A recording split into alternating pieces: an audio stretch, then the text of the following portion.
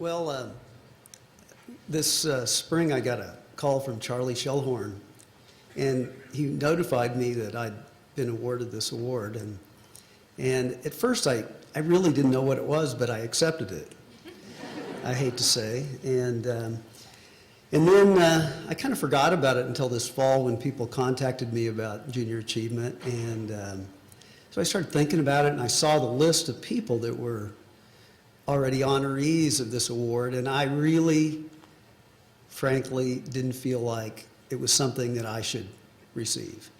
And really, I usually don't have any problem, I don't prepare for speeches, but today I really gave it a lot of thought about what I wanted to say tonight. And I just wanted to say that, first of all, when I grew up in Osborne, Kansas, and I was a kid, my father I was a terrible student, by the way, and my father would say, "Son, you're going to end up being a ditch digger."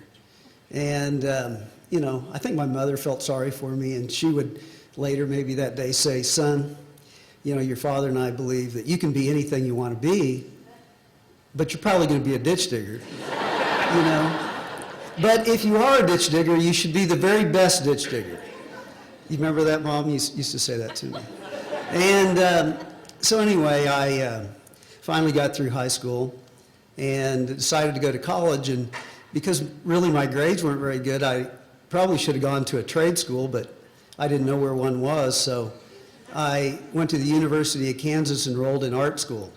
And, I enjoyed art, and I got into it and ended up getting a scholarship when I left. And really, when I decided to go to art school, my father almost disowned me. He really, when I'd come home from school, he would say, "Son, really, why don't you take something that'll do you some good, like some accounting classes, or, get into engineering. Do something that someday will, help you support yourself." And so when I won the scholarship, even though we had hardly talked all through college, he drove up to Lawrence and went to the senior show, and because I'd gotten this money, he was like, "Gosh, do you think you can really make a living doing this? I mean, really, you think you can?" And I said, "I don't think so."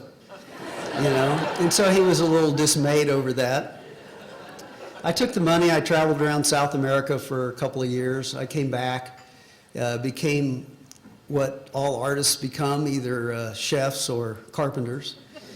And I became a carpenter, and I did that, and I was happy doing that. I enjoyed it, and I was pretty good at it, and I really wasn't looking for something else to get into, but I liked beer, and I thought that, I can do better. And so I became kind of a home brewer, and took that a ways. And then, the mid-'80s, I decided, you know what, I'm going to start a brewery.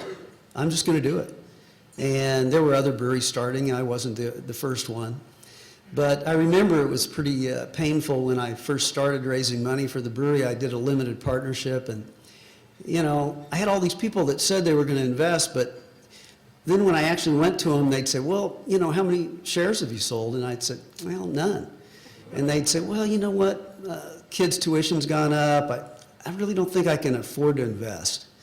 And so I went out and really didn't sell any of these shares that all these people had told me they would buy. And then one day my wife, Ann, was feeling sorry for me. I was a little glum, and I came home, and she had actually written a check for a half a share. So she was my first investor. And then, I went out to try to sell more shares, and half a share isn't much better than none.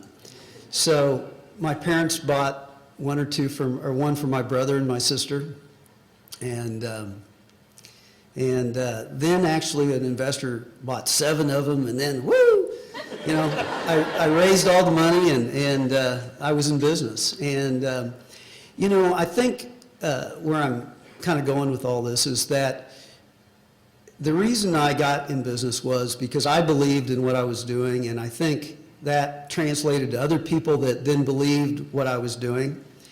And I think to ever get to the place where Barnett and Shirley got to, or Michael Haverty got to, is that it starts with people believing in some somebody or something.